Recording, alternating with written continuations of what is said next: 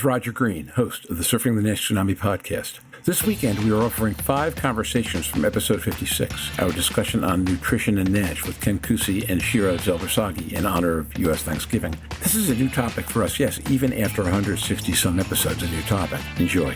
This conversation starts with Shira Zelber-Sagi describing her approach with patients, an approach she describes as weight inclusive. As Shira puts it, weight reduction is not the only success measure for life simplification. In her weight inclusive approach, she coaches patients to eat healthy, exercise, and improve in every way possible, and always gives positive feedback for positive changes. The weight inclusive approach also focuses on setting and driving towards realistic goals, which often means small changes. Finally, it includes integrating dietitian visits as a lifetime therapy, the same kind of habit, Shira notes, as going for a haircut every couple of months. Personally, she points out that while the Mediterranean diet might have the most research support, any positive diet that works for the patient is fine. Jörn Schattenberg joins the conversation to comment on points he considers key: the value of biofeedback and the ability to drive better health through mobile apps and digital health devices. Shira notes that feedback is important, but adds that positive feedback is important, but negative feedback can fight the goals the patient is trying to achieve. She adds to think about how remarkable it is to watch regression to fibrosis when patients actually succeed on a weight-inclusive approach, and also how a strong relationship between patient and dietitian can develop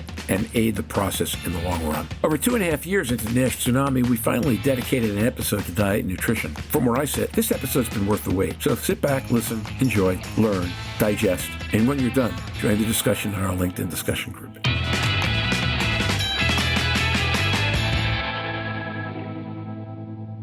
Shira Zelber-Sagi. My approach to the patients is called weight-inclusive approach, but not a weight-focused approach, meaning that it is not that the whole treatment is focused and measured only by weight reduction. Weight reduction is not the only success measure for lifestyle modification. So weight-inclusive approach means eat healthy, exercise, do whatever you can, and every improvement in your lifestyle gets positive feedback. Everything is important, everything has an impact. And if you lose weight on the way, that's great, but it's not the only goal of the treatment, because many patients focus just on weight reduction, and if they don't lose weight or if they don't lose weight as much as they would expect, they get really disappointed. That is the thing that usually breaks the diet, that it makes them stop doing the diet, and that's really a pity because it doesn't have to be that way. And that brings me to the point of goal setting. It is really, really important with the patients to have very realistic goal setting. So we can discuss 5 to 10% weight reduction, but sometimes they want to reduce 20%, or they want to get back to the weight which they were at the age of 18. And we need to make it clear that it has to be a realistic goal in terms of weight reduction. And again, weight reduction is not the only way to measure success. And as Louise said, using tests, different tests, imaging, blood tests, to show them that even modest changes in lifestyle have a stronger effect on NAFLD is extremely important, and from my experience leads to a lot of motivation. Now, the role of physicians, as Ken said, is not exactly to provide the exact dietary treatment, but the main role, which has been demonstrated also in studies, is to explain to the patients the importance of NAFLD, to explain that it is reversible by diet. This is a reversible disease. They can reverse it. It is with their own power to reverse the disease by doing lifestyle modification, and to create the motivation of the patients to actually go to professionals and have this lifestyle modification treatment. If we want this treatment to be good in the long term, to be long-lasting, then the patients need to know it's a lifelong treatment, and they need to be in constant contact with a dietitian or nutritional expert for lifelong. So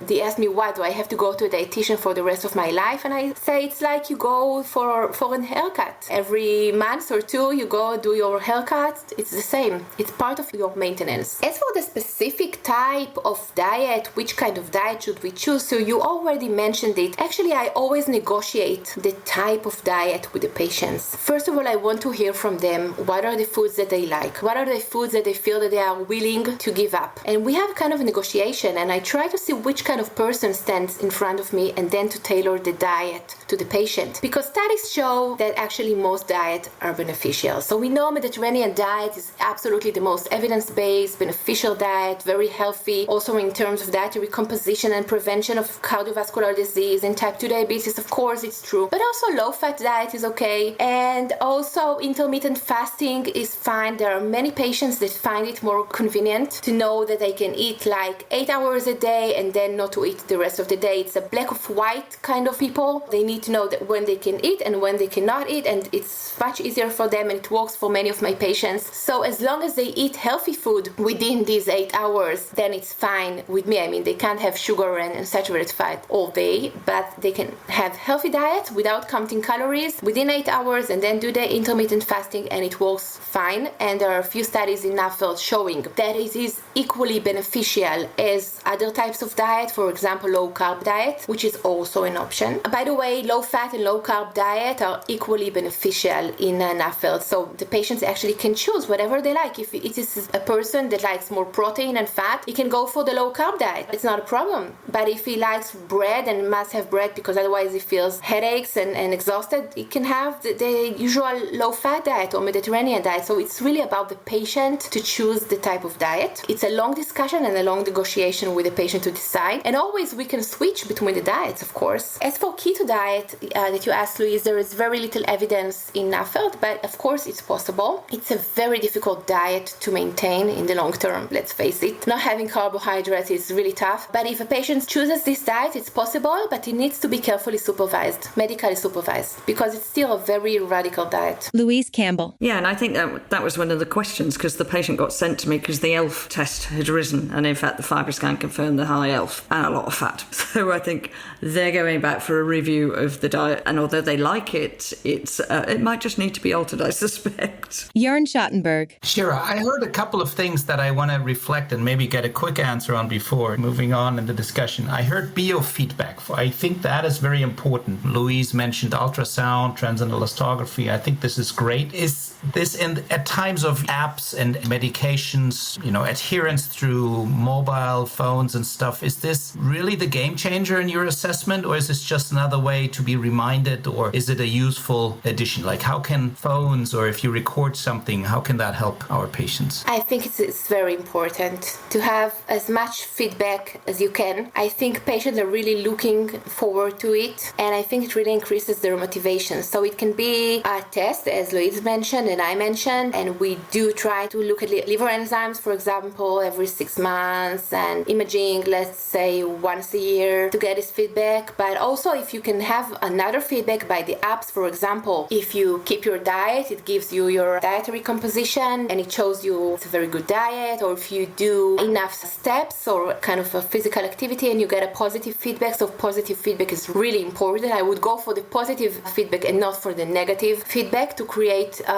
motivation. I think that also us as physicians and dietitians, all the multidisciplinary team, there's no replacement for the personal positive feedback. So we all need to remember that every time that a patient arrives and tells us about any change that he made, we should congratulate him on making this change, even if it's a small one. And another issue is how the patient feels. Many patients, when they eat healthier diet, exercise, they feel better. They feel more energy. They feel that the quality of life improved for them. And I think we need also to focus a lot on this feedback, on patient-reported outcomes, on letting them tell us how the dietary modification, lifestyle modification, improve their quality of life. And you would be surprised, because I hear amazing things about it. I have the liver clinic at the hospital. I work there for the past 22 years. And I have patients who know me and which I treat for 22 years, the same patients. This is why I love this